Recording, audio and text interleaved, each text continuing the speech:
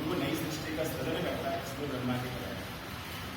गुरु समाज का उद्धार करता है, समाज का पालन करता है, समाज को ज्ञान देता है, समाज को सीखता है, इसलिए विष्णु की तरह है। गुरु हमारी बुराइयों को, हमारे कष्टों का निवारण करता है, इसलिए महेश की तरह है। परम पिता परमेश्वर की तरह गुरु है, इसलिए इस गुरु की शरण में उस गुरु को हमें सबको समर्पण कर देना चाहिए और उस गुरु की शरण में हमें चले जाना चाहिए। गुरु को तो हमारे समाज में देव से, ईश्वर से भी अधिक सम्मान दिया गया है।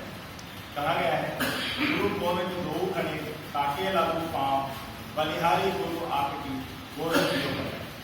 यदि गुरु और गोविंद दोनों मिल जाए एक साथ, तो हमें प्रणाम किसको पहले करना है, हमें किसको नमन पहले करना है? तो इससे के साथ कहा गया है कि गुरु को पहले प्रणाम कीजिए और गोविंद को, ईश्वर को पश्चात, क्योंकि गुरु ने ही तो गोविंद और ईश्वर तक पहुंचने का मार्ग आपको सुझाया है, इसलिए गुरु ज्यादा उच्च स्थान पे आता है।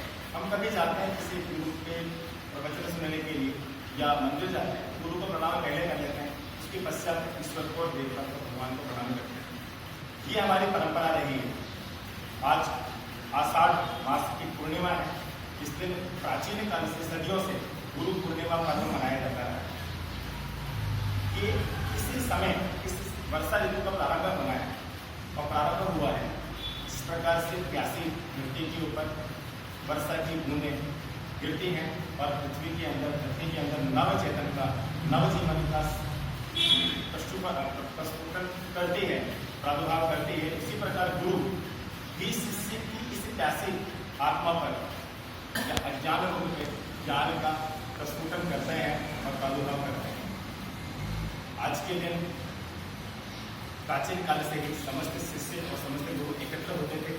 एकत्र होने के पश्चात वो अगले चतुर्मास के लिए शिष्य अपने साथ में अन्न, धन और अपने आप को, स्वयं को समर्पित करते थे गुरु के समक्ष, और गुरु उस 4 मास तक एक स्थान के ऊपर गुरु शिष्य बैठकर चिंतन, मनन, शोध और कई प्रकार के हवन इत्यादि करके और कई आविष्कार करते थे।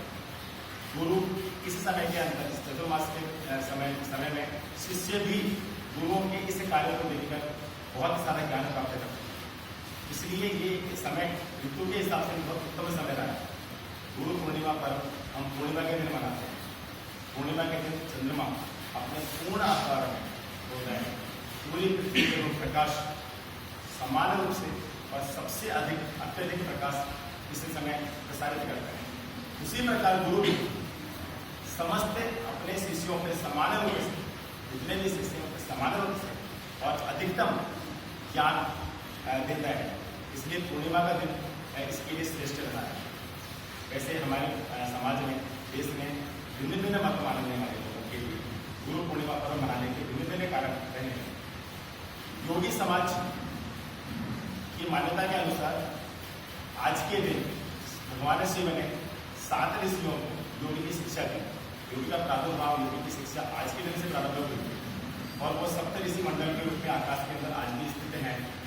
इसलिए योगी समाज भगवान शिव को गुरु तल मानते हुए, गुरुओं के गुरु मानते हुए आज के दिन गुरु पूर्णिमा पर्व मनाते हैं। बौद्ध लोग ऐसा मान्यता क्या ऐसा है कि आज के दिन महात्मा बुद्ध ने अपने आप को, जब बोधिसत्व प्राप्त हुआ, उन्हें ज्ञान की प्राप्ति हुई, तो गुरु पूर्णिमा के दिन उन्होंने अपना प्रथम प्रवचन दिया। इसलिए बौद्ध समाज, बौद्ध लोग आज के दिन गुरु पूर्णिमा पर्व को प्रतिवर्ष उल्लास से मनाते हैं। हमारे हिंदू और सनातन धर्म में इसे गुरु पूर्णिमा पर्व के साथ ही साथ व्यास पूर्णिमा के रूप में भी हम इसे बोलते हैं और मनाते हैं। आज के दिन गुरु वेद व्यास जी का जन्मदिन भी, इसलिए इसे व्यास पूर्णिमा होती है। गुरु वेद व्यास जी ने, हम सभी जानते हैं, 18 पुराणों की रचना की। उन्होंने श्रीमद् भागवत गीता को लिखा, महाभारत जैसे महाकाव्य को लिखा और इसके अतिरिक्त 4 वेद हमारे ऋग्वेद, यजुर्वेद, सामवेद, अथर्ववेद, इन वेदों के अंदर जो मंत्र के रूप में लिखे हुए हैं, जो श्लोक लिखे हुए हैं, उन्हें ऋचाएं कहते हैं। ये ऋचाएं एक समय में नहीं लिखी गई, वेद व्यास जी ने नहीं इन्हें लिखा, रचना की। ये उसके पूर्व सैकड़ों वर्षों तक, हजारों वर्षों तक भिन्न भिन्न कालखंड में, भिन्न भिन्न लोगों के द्वारा, भिन्न भिन्न ऋषि, भिन्न भिन्न मुनियों के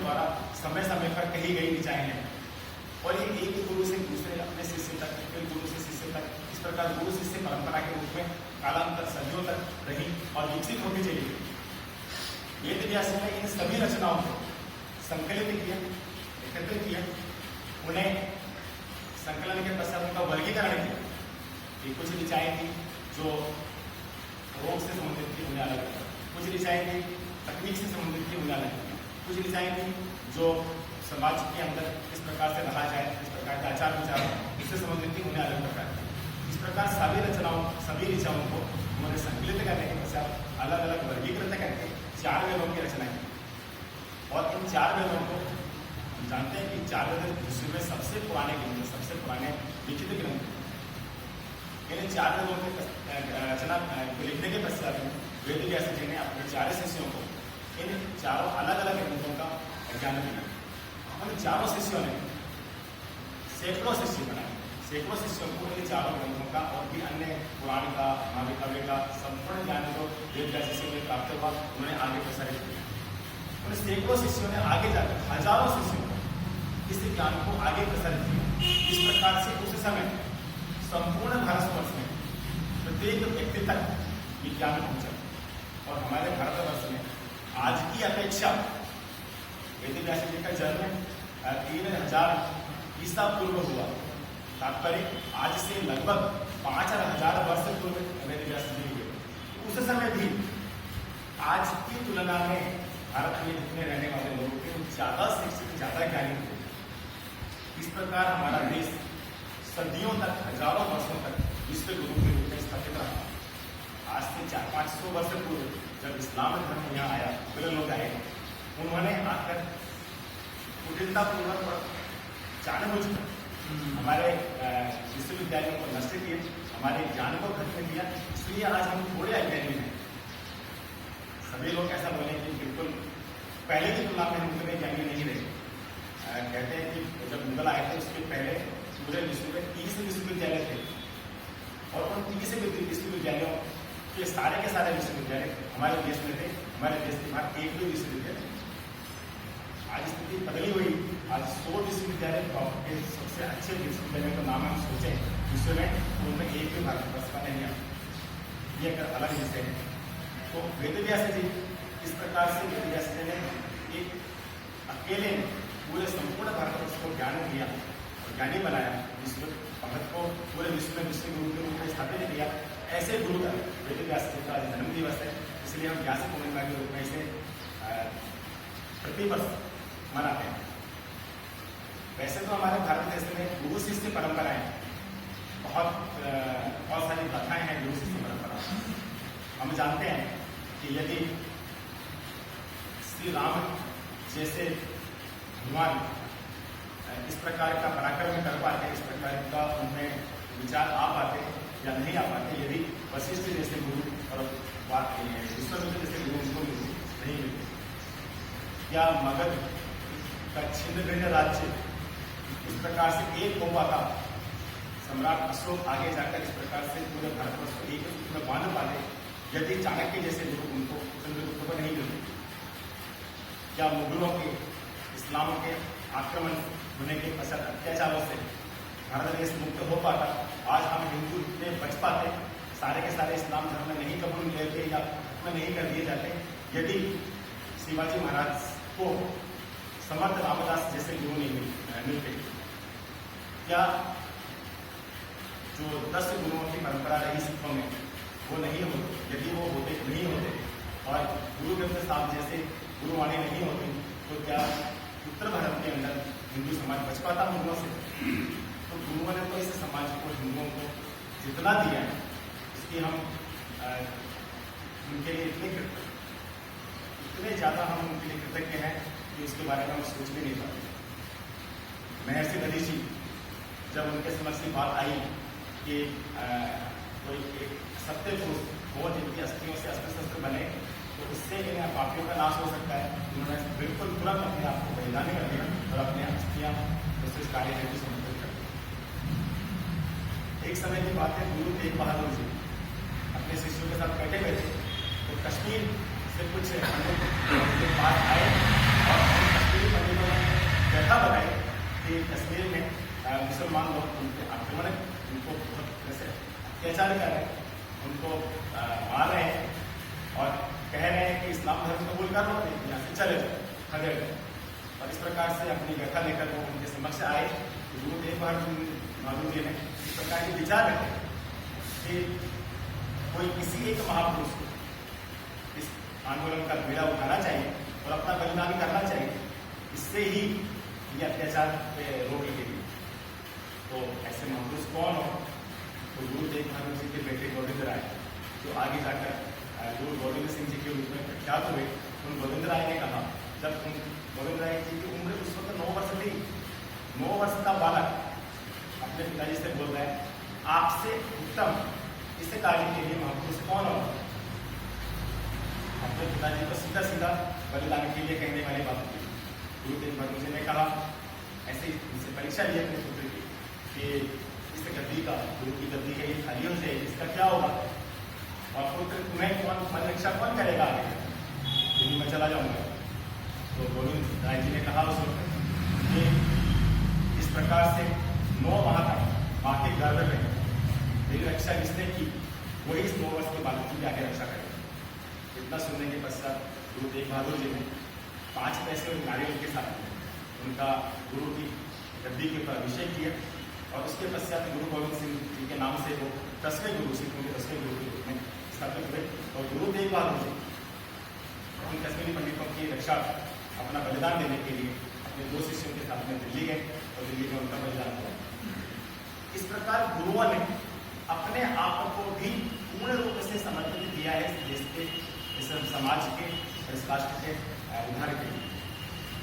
आज भी हम देखते हैं कि हमारे संघ परिवार में, RSS में बहुत से हजारों लोग अपना पूर्ण जीवन इस राष्ट्र के लिए समर्पित किया हुआ है। इस समर्पण का भाव, गुरु तो वो है, गुरु का तात्पर्य शब्दार्थ है, गुरु से है अंधकार और गुरु से है प्रकाश। तो अंधकार से प्रकाश की ओर ले जाए, ऐसा गुरु। शिष्य को भी अपना समस्त सब कुछ गुरु को समर्पित कर देना चाहिए। और किस प्रकार से होना चाहिए? जैसे एक छोटी सी कथा है, हम सबको भली भांति परिचित है, हम उससे प्रतिवर्ष सुनते हैं, लेकिन इस वर्ष उसको सुनाया जाना, बताया जाना प्रासंगिक रहेगा। एकलव्य एक ऐसे शिष्य थे जिन्होंने, आज के संदर्भ में से तुलना करेंगे तो आपको बड़ा विस्मय होगा कि ऐसे भी शिष्य हो सकते हैं क्या, जिन्हें शिक्षा देने से गुरु ने मना कर दिया कि मैं सिर्फ केवल राजा परिवार को शिक्षा देने वाला हूँ, मैं आपको शिक्षा नहीं दूँ।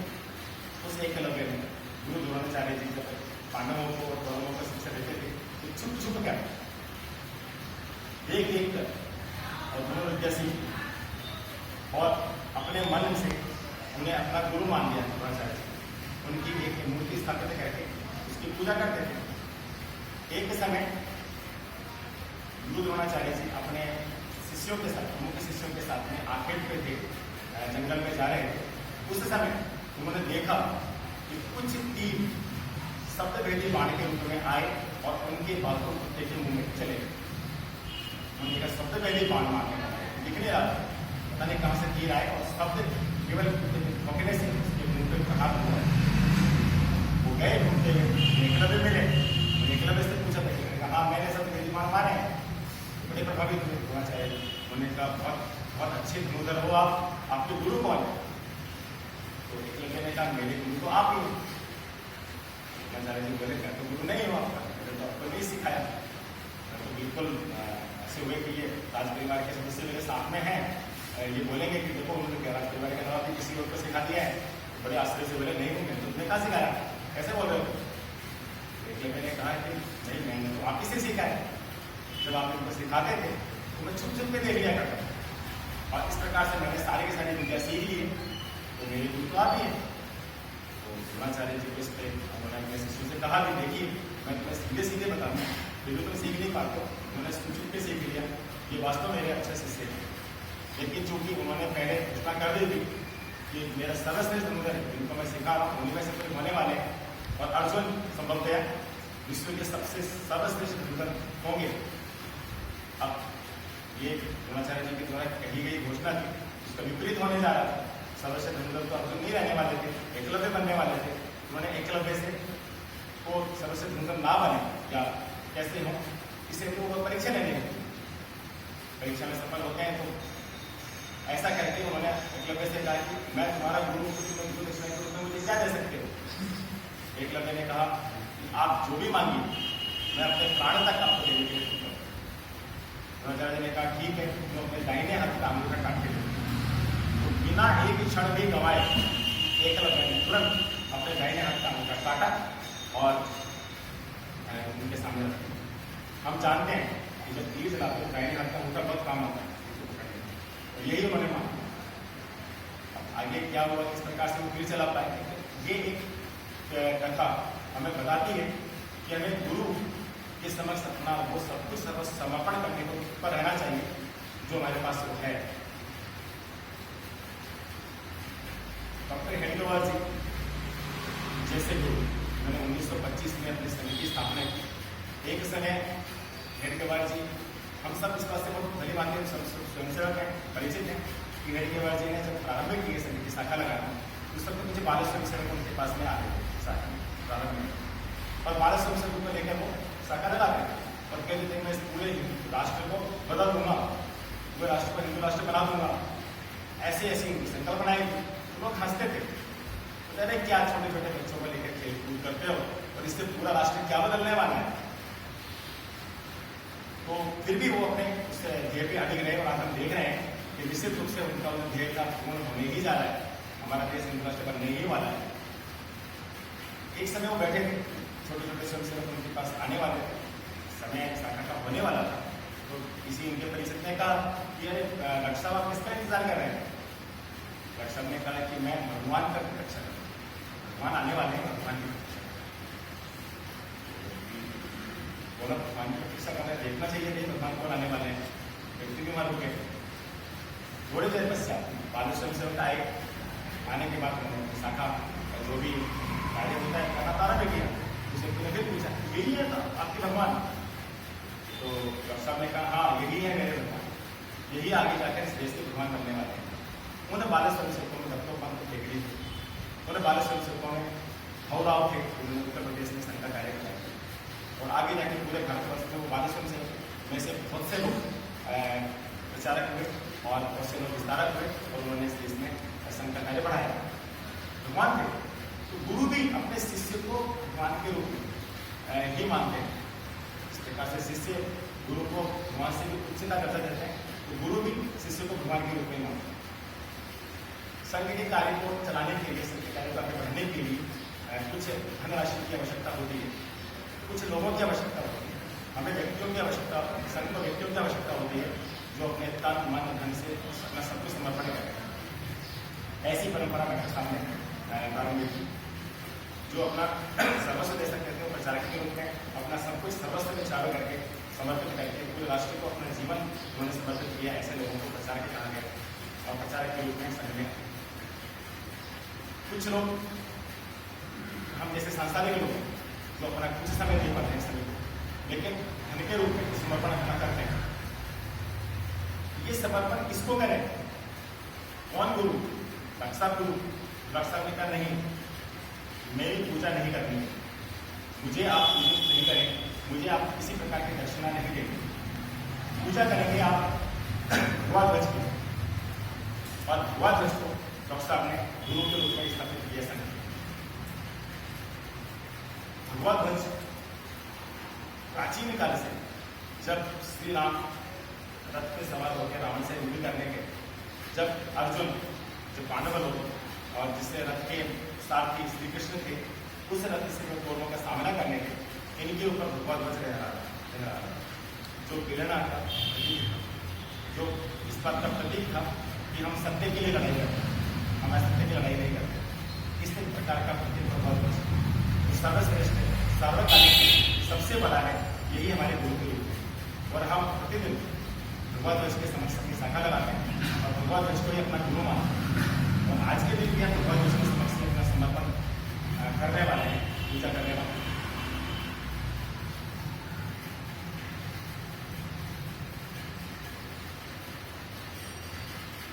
समर्पण किस प्रकार का समर्पण क्या करें। जैसे अभी कुछ समय पूर्व की बात है, लगभग 2 वर्ष पहले एक प्रचारक जी हैं रूपल जी वैश्य नागपुर से, उनके संपर्क में आना हुआ। वो घर पे आए थे, उन्होंने कहा कि बड़ी विचित्र बात हो रही है प्रभात इस वक्त। कई लोग आते हैं, आके बोलते हैं हमसे कि हमें प्रचारक बनाओ। क्यों बोलते हैं? क्योंकि वो जानते हैं कि नरेंद्र मोदी जी प्रचारक हैं और देश के प्रधानमंत्री बन गए हैं। आज विश्व में सबसे अधिक प्रभावशाली, सबसे अधिक शक्तिशाली नरेंद्र मोदी हैं, तो हम भी नरेंद्र मोदी जैसे प्रचारक बनना चाहते हैं। तो मैंने उससे कहा फिर आपने क्या जवाब दिया? बोले बस यही सिंपल साधारण सी बात है कि नरेंद्र मोदी जैसे प्रचारक आप बन सकते हैं। प्रचारक बनना बहुत आसान है और बहुत कठिन भी है। प्रचारक बनने के लिए आपको कुछ नहीं करना, बस मन में विचार करना है कि मैं अपना जीवन राष्ट्र को समर्पित करता हूँ। बस ये विचार करके ही आप प्रचारक हो जाएंगे। और अपना कठिन इस प्रकार से है कि अपना घर, अपने परिजनों को छोड़कर आना है आपको, और आपको मानना है कि जिनको मैं आज तक अपना परिजन मानता रहा, केवल यही मात्र मेरे परिजन नहीं है, पूरा हिंदू समाज, पूरा राष्ट्र और बल्कि पूरी पृथ्वी पर रहने वाले सभी जन मेरे परिजन हैं। ये आपको मानना है इसमें। और आपको सोचना नहीं, आज तो फिर भी संघ के पास ऐसा होगा नहीं, परंतु आज से कुछ वर्ष पूर्व जाएंगे तो ऐसा कहा जाता था प्रचारकों को कि जब भी आपको शादी का निमंत्रण मिले, आप जाएं, इतना अच्छे से खा लें कि 2-3 दिन तक आपको खाने की आवश्यकता ना पड़े। मतलब इस प्रकार की स्थितियां होने वाली है प्रचारकों के समय से। वही पता नहीं आपको कहाँ जाना है। आज गाड़ी आ गई है, गाड़ी के द्वारा जा सकते हैं, साइकिल के, पैदल कई किलोमीटर दूर जाकर, कई मीलों जाकर शाखा लगाना, फिर लौट के आना है किसी मंदिर पे, है मंदिर पर साफ सफाई करना, भोजन मिला तो मिला, नहीं मिला तो पानी पी के और चने खाकर रह गए, पानी पी के रह गए। कई दिनों तक चना और पानी पे रहने वाले प्रचारक रहे, लेकिन संघ का प्रचार करते रहे, संघ की शाखा लगाते रहे। एक स्वयंसेवक कार्यालय को लगाते रहे, 2 स्वयंसेवक कार्यालय को लगाते रहे, और धीरे धीरे शाखा को सुदृढ़ किया। वहीं की किसी सामान्य व्यक्ति को शाखा को सौंपा, आगे किसी और शाखा को लगाने के लिए चले गए। इस प्रकार का जीवन प्रचारकों का होता है। इस प्रकार से अपना जीवन समर्पित करना, ये समर्पण, इतना समर्पण देने की सामर्थ्य होना चाहिए। हम इतना नहीं कर सकते सांसारिक व्यक्ति, हम इतना सब करने से ही देश समाज का हित नहीं होता। इतना सब करने सभी लोग तो कैसे होगा? उनकी आवश्यकता है, उसके साथ ही साथ समाज में रहते हुए, सामाजिक कार्य करते हुए, सभी तरह के कार्य करते हुए, चिकित्सक भी बनना है, हमें इंजीनियर भी बनना है, हमें एडमिनिस्ट्रेशन सर्विस में जाना है, अन्य और कार्य भी करते हैं, सभी कार्यों करते हैं, परिवार बसाते हुए। संस्थान आगे चलाने के लिए परिवार बसाना भी आवश्यक है, परिवार भी होना है, बच्चे भी होने, ये सभी कार्य करते हुए अपना थोड़ा समय समर्पित करें संघ के लिए। प्रतिदिन 1 घंटे के लिए शाखा जाए, कभी मिलन हो जाए, थोड़ा कार्य करते रहें। और गुरु पूर्णिमा के दिन हम अपना समर्पण धन के रूप में करें। कितना धन समर्पित करना चाहिए, इसके लिए बहुत बातें रहेंगे। जो व्यवसायिक समय से रखें, वे लोग अपने पूरे वर्ष भर की कमाई का कुछ प्रतिशत समर्पित करते हैं। कई लोग समर्पण करते हैं तो आज के दिन या एक दिन पूर्व भी सोचते हैं कि हमें कितना समर्पण करना चाहिए, इसी प्रकार से राशि लाते हैं और समर्पित करते हैं। कई लोग पूरे वर्ष भर प्रतिदिन शाखा से आने के पश्चात में एक गुल्लक रखते हैं, उसमें कुछ राशि डालते हैं। इस प्रकार का समर्पण करने वाले अधिक राशि का समर्पण कर पाते हैं और बिना किसी मन में कोई विचार आए। ये प्रतिदिन उन्होंने कुछ राशि डाली, 365 दिन तक डाली, और उसके पश्चात जो भी राशि है वो सब हमें यहाँ पे संघ के समक्ष उसके समक्ष समर्पित करेंगे। 12 स्वयंसेवक है, उनको जो भी उनके लिए कोई विशेष होता नहीं, कि वो तो व्यवसायी होते हैं, कमाते हैं नहीं, परंतु फिर मिलने वाला उनको या कभी भी मिलने वाला जेब खर्च में से कुछ राशि को बुलंदी डालते हैं। इस प्रकार से एकत्र होने वाली राशि को समर्पित करते हैं। समर्पण कितनी राशि का आप करते हैं और किस तरह से बढ़ता जाता है, ये इस बात का द्योतक होता है कि आपने संघ को कितना समझ लिया है।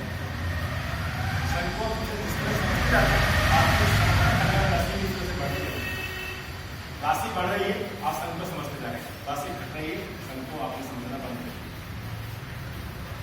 ये भी समर्पण हम अपने से बड़े को करते हैं, अपने से ऊंचे को करते हैं, तो हमें अहंकार का भाव नहीं होता, और भगवान इससे बड़ा, भगवान इससे कोई बोल नहीं सकता। हम कभी होता है ना, किसी को हम किसी गरीब को हमने कुछ दिया, या हमने किसी कर्मचारी को राशि दी, उसकी बेटी की शादी में किसी को, तो अहंकार का भाव आया कि हाँ हमने उसे राशि दी, उसे उसने कार्य, परंतु संग नहीं कार्य। हम जब समर्पण करते हैं तो भगवान उसके समक्ष समर्पण करते हैं, तो हमें अहंकार का भाव आ ही नहीं सकता। संघ ने गंदे के रूप में और दान के रूप में राशि देना स्वीकार कभी नहीं। संघ की जो स्वयंसेवक है केवल वे ही समर्पण करने वाले हैं। संघ के जो स्वयंसेवक नहीं है वो गु दक्षिणा के पर्व के दिन, आज के दिन समर्पण नहीं करते, हम उसे राशि नहीं लेते। पूरे वर्ष कभी भी हम संघ के लिए, संघ के कार्यों के लिए हम संघ के स्वयंसेवकों के अतिरिक्त किसी अन्य से कोई राशि नहीं लेते। तो ये संघ के स्वयंसेवकों का कार्य है, स्वयंसेवक है, हम संघ के ही जुड़े हुए हैं, तो हमारे ही धन से हमारा ही कार्य हमें ही करना है। हम तो किसी को कुछ दे ही नहीं रहे, हम तो अपने लिए, अपने कार्य के लिए अपने आप को दे रहे हैं। इस जेब से निकाल के इस जेब में डालें, इस प्रकार का भाव भी हमें होना चाहिए।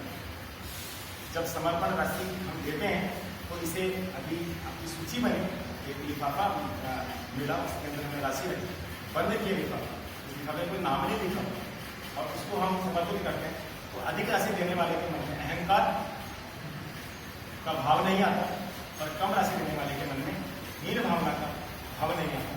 इस प्रकार के विचार हमारे मन में आए। तो हमें तन, मन, धन और जीवन से आज के दिन गुरु पूर्णिमा पर्व के दिन गुरु के समक्ष अपना सर्वस्व समर्पित कर देना चाहिए।